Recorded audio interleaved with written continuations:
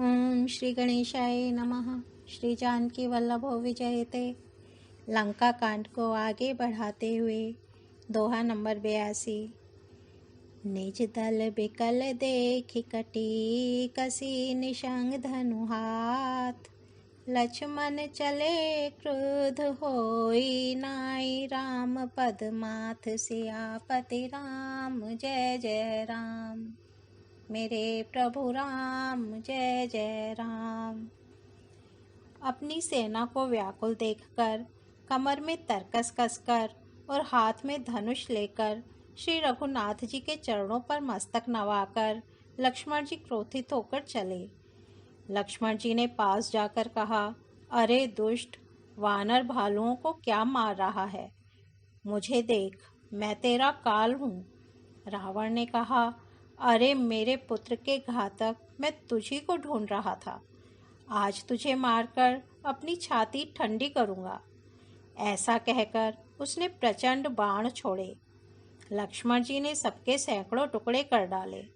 रावण ने करोड़ों अस्त्र शस्त्र चलाए। लक्ष्मण जी ने उनको तिल के बराबर करके काट कर हटा दिया। फिर अपने बाणों से उस पर प्रहार किया और उसके रथ को तोड़कर सारथी को मार डाला। रावण के 10 मस्तकों में 100 बाण मारे। वे सिरों में ऐसे पैठ गए मानो पहाड़ के शिखरों में सर्प प्रवेश कर रहे हों। फिर 100 बाण उसकी छाती में मारे। वह पृथ्वी पर गिर पड़ा। उसे कुछ भी होश न रहा।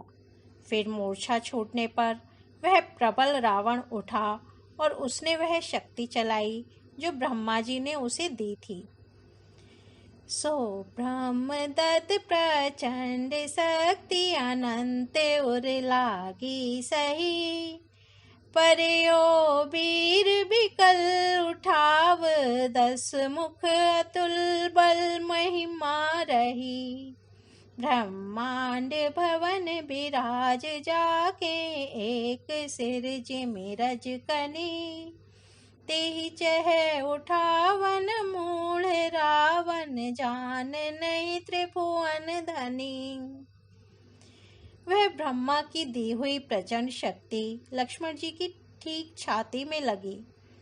वीर लक्ष्मण जी व्याकुल होकर गिर पड़े। तब रावण उन्हें उठाने लगा, पर उसके अतुलित बल की महिमा यूं ही रह गई, व्यर्थ हो गई। वह उन्हें उठा न सका। जिनके एक ही सिर पर ब्रह्मांड रूपी भवन धूल के एक कण के समान विराजता है, उन्हें मूर्ख रावण उठाना चाहता है। वह तीनों भुवनों के स्वामी लक्ष्मण जी को नहीं जानता। देखी पवन सुत धायऊ बोलत बचन कठोर। आवत कपिहि हन्यो तेहि मुष्टि प्रहार प्रघोर। सियापति राम जय जय राम। मेरे प्रभु राम जय जय राम। यह देखकर पवन पुत्र हनुमान जी कठोर वचन बोलते हुए दौड़े। हनुमान जी के आते ही रावण उन पर अत्यंत भयंकर घूंसे का प्रहार किया। हनुमान जी घुटने टेक कर रह गए, पृथ्वी पर गिरे नहीं और फिर क्रोध से भरे हुए संभाल कर उठे। हनुमान जी ने रावण को एक घूंसा मारा। वह ऐसा गिर पड़ा जैसे वज्र की मार से पर्वत गिरा हो। मूर्छा भंग होने पर फिर वह जगा और हनुमान जी के बड़े भारी बल को सराहने लगा। हनुमान जी ने कहा, मेरे पौरुष को धिक्कार है, धिक्कार है और मुझे भी धिक्कार है, जो हे देवद्रोही तू अब भी जीता रह गया। ऐसा कहकर और लक्ष्मण जी को उठाकर हनुमान जी श्री रघुनाथ जी के पास ले आए। यह देखकर रावण को आश्चर्य हुआ। श्री रघुवीर ने लक्ष्मण जी से कहा, हे भाई, हृदय में समझो, तुम काल के भी भक्षक और देवताओं के रक्षक हो। ये वचन सुनते ही कृपालु लक्ष्मण जी उठ बैठे। वह कराल शक्ति आकाश को चली गई। लक्ष्मण जी फिर धनुष बाण लेकर दौड़े और बड़ी शीघ्रता से शत्रु के सामने आ पहुंचे। आतुर बहोरी बिभंजी स्यंदन सूते हति व्याकुल कियो। गिरयो धरनि दस कंधर बिकल तरबान सत बेध्यो हियो। सारथि दूसर घाली रथ तेहि तुरत लंका ले गयो। रघुबीर बंधु प्रताप पुंज बहोरी प्रभु चर नहीं नयो। फिर उन्होंने बड़ी ही शीघ्रता से रावण के रथ को चूर चूर कर और सारथी को मारकर उसे रावण को व्याकुल कर दिया। 100 बाणों से उसका हृदय बेध दिया, जिससे रावण अत्यंत व्याकुल होकर पृथ्वी पर गिर पड़ा। तब दूसरा सारथी उसे रथ में डालकर तुरंत ही लंका को ले गया। प्रताप के समूहों श्री रघुवीर के भाई लक्ष्मण जी ने फिर आकर प्रभु के चरणों में प्रणाम किया। उहाँ दसानन जागी करी, करे लाग कछु यज्ञ। राम विरोध विजय चह, सठ हठ बस अति आज्ञ। सियापति राम जय जय राम, मेरे प्रभु राम जय जय राम। वहाँ लंका में रावण मूर्छा से जागकर कुछ यज्ञ करने लगा। वह मूर्ख और अत्यंत अज्ञानी हठवश श्री रघुनाथ जी से विरोध करके विजय चाहता है। यहाँ विभीषण जी ने सब खबर पाई और तुरंत जाकर श्री रघुनाथ जी को कह सुनाई कि हे नाथ, रावण एक यज्ञ कर रहा है। उसके सिद्ध होने पर वह अभागा सहज ही नहीं मरेगा। हे नाथ, तुरंत वानर योद्धाओं को भेजिए जो यज्ञ का विध्वंस करें, जिससे रावण युद्ध में आवे। प्रातःकाल होते ही प्रभु ने वीर योद्धाओं को भेजा। हनुमान और अंगद आदि सब प्रधान वीर दौड़े। वानर खेल से ही कूदकर लंका पर जा चढ़े और निर्भय रावण के महल में जा घुसे। ज्यों ही उसको यज्ञ करते देखा, त्यों ही सब वानरों को बहुत क्रोध हुआ। उन्होंने कहा, अरे ओ निर्लज्ज, रणभूमि से घर भाग आया और यहाँ आकर बगुले का सा ध्यान लगाकर बैठा है। ऐसा कहकर अंगद ने लात मारी, पर उसने इनकी ओर देखा भी नहीं। उस दुष्ट का मन स्वार्थ में अनुरक्त था। नहीं चितव जब करी कोप, कपि गही दसन लातन मारही। धरि केस नारी निकारी, बाहिर ते अति दीन पुकारही। तब उठयो क्रुद्ध कृतांत, सम गही चरण बानर डारई। एहि बीच कपिन विध्वंस कृत, मघ देखी मन महु हारई। जब उसने नहीं देखा, तब वानर क्रोध करके उसे दांतों से पकड़कर काटने और लातों से मारने लगे।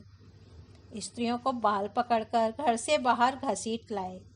वे अत्यंत ही दीन होकर पुकारने लगे। तब रावण काल के समान क्रोधित होकर उठा और वानरों को पैर पकड़कर पटकने लगा। इसी बीच में वानरों ने यज्ञ विध्वंस कर डाला। यह देखकर वह मन में हारने लगा, निराश होने लगा। यज्ञ विध्वंसी कुशल कपि, आए रघुपति पास। चले निशाचर क्रोध होई, त्याग जीवन कई आस।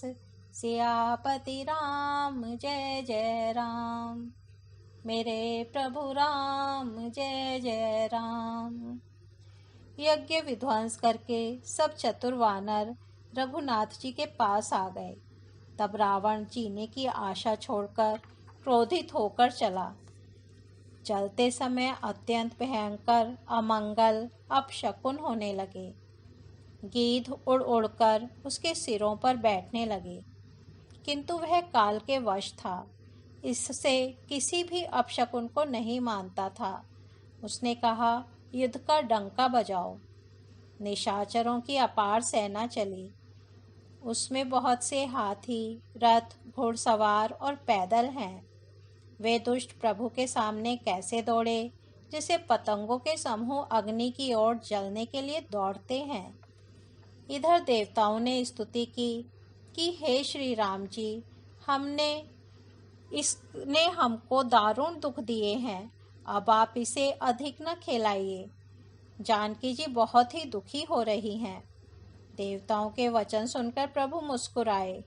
फिर श्री रघुवीर ने उठकर बाण सुधारे, मस्तक पर जटाओं के जोड़े को कसकर बांधे हुए हैं। उसके बीच बीच में पुष्प गुंधे हुए शोभित हो रहे हैं। लाल नेत्र और मेघ के समान श्याम शरीर वाले और संपूर्ण लोकों के नेत्रों को आनंद देने वाले हैं। प्रभु ने कमर में फेंटा तथा तरकस कस लिया और हाथों में कठोर शारंग धनुष ले लिया।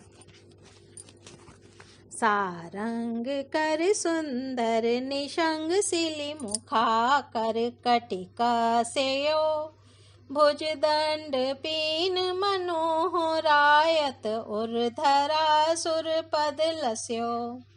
कह दास तुलसी जबहि प्रभु सर चाप कर फेरन लगे, ब्रह्मांड दे गज कमठ अहि महि सिंधु भूधर डगमगे। प्रभु ने हाथ में शारंग धनुष लेकर कमर में बाणों की खान अक्षय सुंदर तरकस कस लिया। उनके भुजदंड पुष्ट हैं और मनोहर चौड़ी छाती पर ब्राह्मण प्रभु जी के चरण का चिन्ह शोभित है। तुलसीदास जी कहते हैं, ज्यों ही प्रभु धनुष बाण हाथ में लेकर फिराने लगे, त्यों ही ब्रह्मांड, दिशाओं के हाथी, कच्छप, शेष जी, पृथ्वी, समुद्र और पर्वत सभी डगमगा उठे। शोभा देखी हर्षि सुर बरसहि सुमन अपार, जय जय जय करुणा निधि छवि बल गुण आकार सियापति राम, जय जय राम। मेरे प्रभु राम, जय जय राम। भगवान की शोभा देखकर देवता हर्षित होकर फूलों की अपार वर्षा करने लगे और शोभा, शक्ति और गुणों के धाम करुणा निधान प्रभु की जय हो, जय हो, जय हो ऐसा पुकारने लगे। इसी बीच में निशाचरों की अत्यंत घनी सेना कसमसाती हुई आपस में टकराती हुई आई। उसे देखकर वानर योद्धा इस प्रकार उसके सामने चले जैसे प्रलय काल के बादलों के समूह हों। बहुत से कृपाण और तलवारें चमक रही हैं, मानो दसों दिशाओं में बिजलियां चमक रही हों। हाथी, रथ और घोड़ों का कठोर चिंगाड़ ऐसा लगता है मानो बादल भयंकर गर्जन कर रहे हों। वानरों की बहुत सी पूंछें आकाश में छाई हुई हैं। वे ऐसी शोभा दे रही हैं मानो सुंदर इंद्रधनुष उदय हुए हों।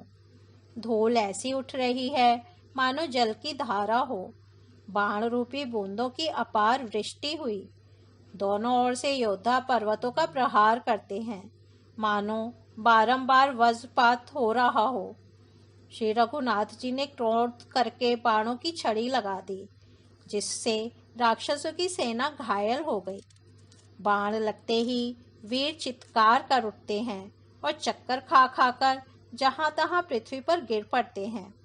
उनके शरीरों से ऐसे खून बह रहा है मानो पर्वत के भारी झरनों से जल बह रहा हो। इस प्रकार डरपोकों को भय उत्पन्न करने वाली रुधिर की नदी बह चली। कातर भयंकर रुधिर सरिता चली परम अपावनी, दो कोल दल रथ रेत चक्र अबर्त बहती भयावनी। जल जंतु गज पद चर तुरग खर विविध वाहन को गने, सर शक्ति तोमर सर्प चाप तरंग चर्म कमठ घने। डरपोकों को भय उपजाने वाली अत्यंत अपवित्र रक्त की नदी बह चली। दोनों दल उसके दोनों किनारे हैं। रथ रेत है और पहिए भंवर हैं। वह नदी बहुत भयावनी बह रही है। हाथी, पैदल, घोड़े, गधे तथा अनेकों सवारियां ही, जिनकी गिनती कौन करे, नदी के जल जंतु हैं। बाण, शक्ति और तोमर सर्प हैं, धनुष तरंगे हैं और ढाल बहुत से कछुए हैं। ओ मंगल भवन अमंगल हारी, द्रबहु सो दशरथ अजर बिहारी। राम सिया राम जय जय राम। राम सिया राम जय जय राम। आज लंका कांड को यहीं विराम देते हैं, कल इसके आगे बढ़ेंगे। धन्यवाद।